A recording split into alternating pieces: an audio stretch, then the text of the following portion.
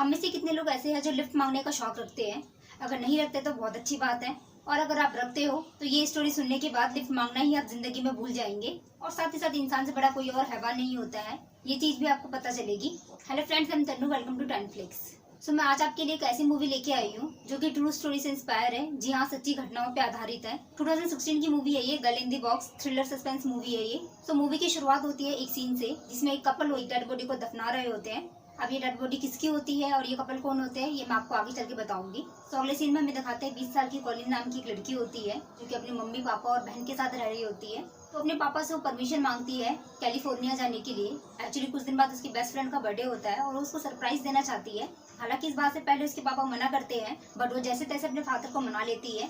फिर उसके पापा बोलते हैं कि वो कहाँ जा रही है, कैसे जाएगी, ये सारी डिटेल्स कॉलिन से मांगते हैं। लेकिन कॉलिन कहती है कि वो टाइम टू टाइम चिट्ठी लिखती रहेगी और वो एड्रेस नहीं बताती है कि वो कहाँ जा रही है। और साथ ही साथ जब उसके फादर कुछ उसको पैसे दे रहे होते हैं एज अ बस फेयर, तो उन पैसों को लेने से वो मना कर देती है और कहती है मैं लिफ्ट लेके जाऊंगी। हमें से काफी लोगों ने कई बार देखा भी होगा कि ट्रैवल की दुनिया में स्टेप बाय स्टेप लिफ्ट मांग के कैसे वो अपनी मंजिल तक पहुंचते हैं।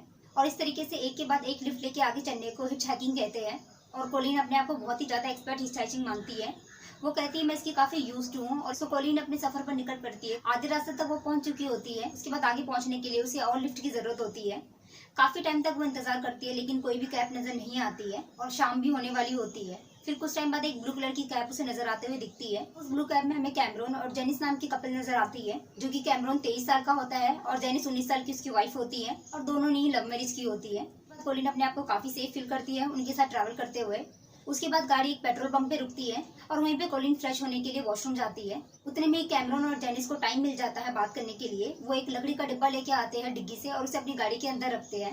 एनीवेज वो डब्बा क्या होता है, इतने में कॉलिन आ जाती है। फिर जेनिस उन्हें कहती है कि वो रास्ते में थोड़ी देर के लिए रुकेगी क्योंकि वहाँ का व्यू काफी अच्छा है। तो कॉलिन को लेट हो रहा होता है तो वो मना कर देती है, लेकिन जेनिस उसे यकीन दिलाती है कि शाम होने से पहले उसे वो उसके डेस्टिनेशन तक छोड़ देगी।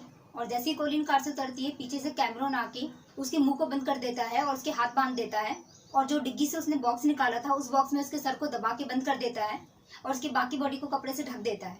और उसके बाद उसे अपने घर पे ले आता है, अपने घर के बेसमेंट पे रखते हैं। और बेसमेंट में लाते ही उसकी दरिंदगी स्टार्ट हो जाती है। उसके हाथ पैर मुंह को बांध देते हैं, उसे सीलिंग से लटका देते हैं और उसके सारे कपड़े फाड़ के उसको टॉर्चर करते हैं, उसको कोड़े से मारते हैं और उसके ऊपर ऐसी हवानियत से टूट पड़ता है जैसा कोई नॉर्मल इंसान अपने सपने में भी नहीं सोच सकता है। और कैमरून तब तक कॉलिन को मारता है जब तक कैमरून थक नहीं जाता है। और उसके बाद हम देखते हैं जेनिस भी नीचे आ जाती है।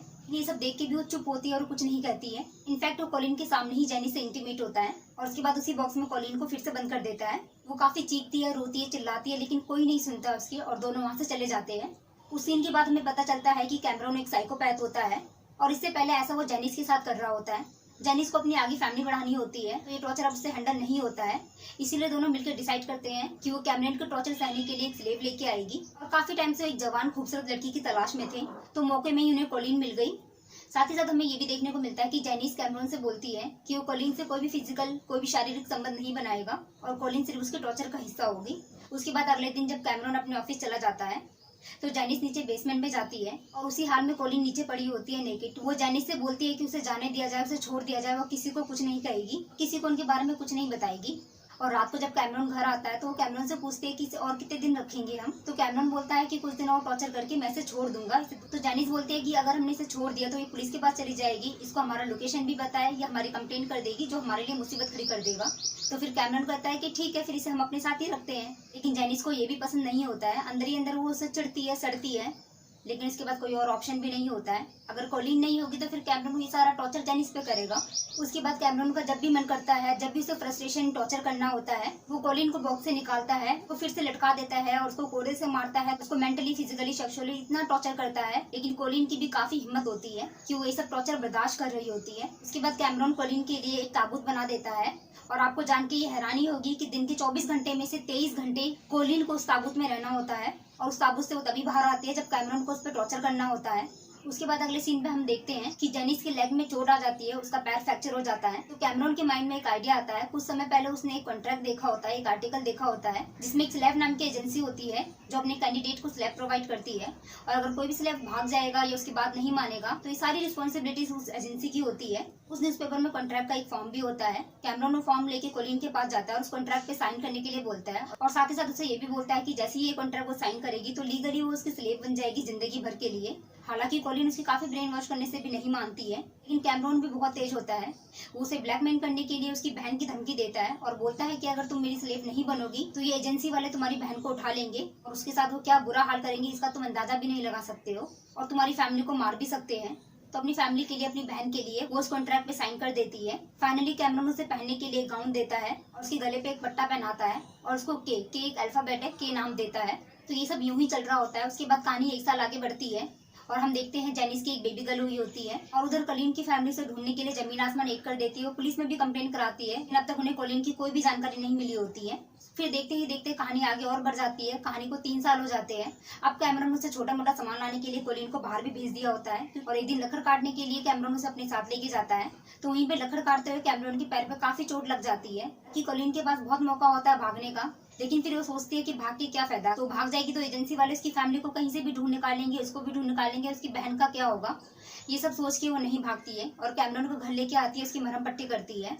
और उस बीच में हम देखते हैं कि कैमरॉन का रवैया कॉलिन के प्रति चेंज हो रहा है और कहीं ना कहीं वो कॉलिन की तरफ अट्रैक्ट हो रहा है और ये सब चीजें जेनिस से बर्दाश्त नहीं होती है और जेनिस की नाइट शिफ्ट लग जाती है। तो इस मौके का फायदा उठा के कैमरॉन कॉलिन के साथ इंटीमेट होता है।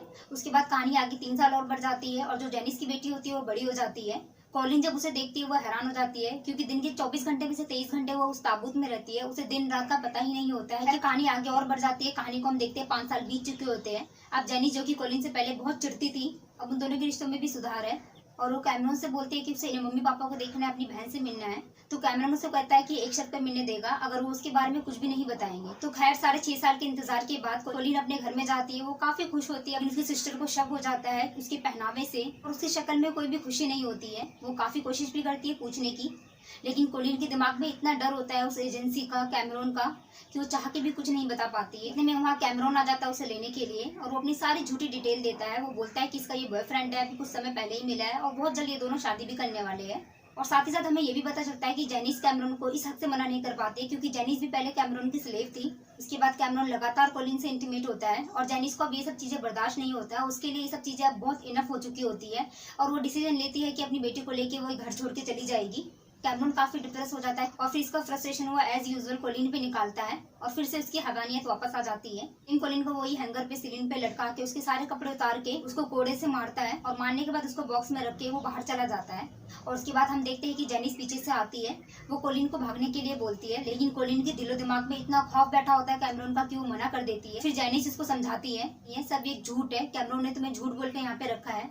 तुमसे पहले भी उसने एक लड़की को किडनैप किया था और वो लड़की चीख रही थी, चिल्ला रही थी, रास्ते में भागने की कोशिश कर रही थी, तो कैमरॉन ने उससे मार दिया और हम दोनों ने मिलकर उसको दफनाया। तो आपको वो डेड बॉडी तो याद ही होगी जो मैंने आपको स्टार्टिंग में बताई थी। साथ ही साथ कॉलिन को वो अपनी कार में लेके बस स्टॉप तक छोड़ देती है और वहाँ से कॉलिन हमेशा हमेशा के लिए अपनी फैमिली के पास चली जाती है और मूवी वहीं पे खत्म हो जाती है। सो दोस्तों ये थी मूवी। तो इस स्टोरी में 1977 में कॉलिन नाम की लड़की थी जिसे सेम इसी कहानी की तरह उसके साथ यही हुआ। 7 साल तक उसको टॉर्चर किया गया। कैमरॉन हुकर और जेनिस हुकर की कप्पन ने उसे अपने बेसमेंट में कैद करके रखा और रियलिटी में जब कॉलिन अपने घर पे आ गई थी तो उन्होंने अपनी पेरेंट्स को सारी कहानी बताई और जेनिस और कॉलिन मिलके कैमरॉन के खिलाफ कंप्लेंट करी और जेनिस की भी गवाही देने के बाद कैमरॉन को उम्र कैद की सजा दे दी गई। अब जो है कॉलिन उसी शहर में रहती है अपनी आइडेंटिटी बदल के। ऐसी काफी कहानियां होती है कि कुछ हम सुनते हैं और कुछ हम तक पहुंचती नहीं है। आपको ये स्टोरी सुन के कैसा लगा? और अगर आप मेरे चैनल पे न्यू हैं या अभी तक आपने मेरे चैनल को सब्सक्राइब नहीं किया तो इसे सब्सक्राइब कीजिए और साथ ही लगे बेल आइकन को जरूर प्रेस कीजिए। कोई शिकायत होगी तो मैं आपको इंस्टा पे मिल जाऊंगी। तो मिलती हूँ मैं आपको नेक्स्ट वीडियो में, तब तक के लिए goodbye, stay safe, take care.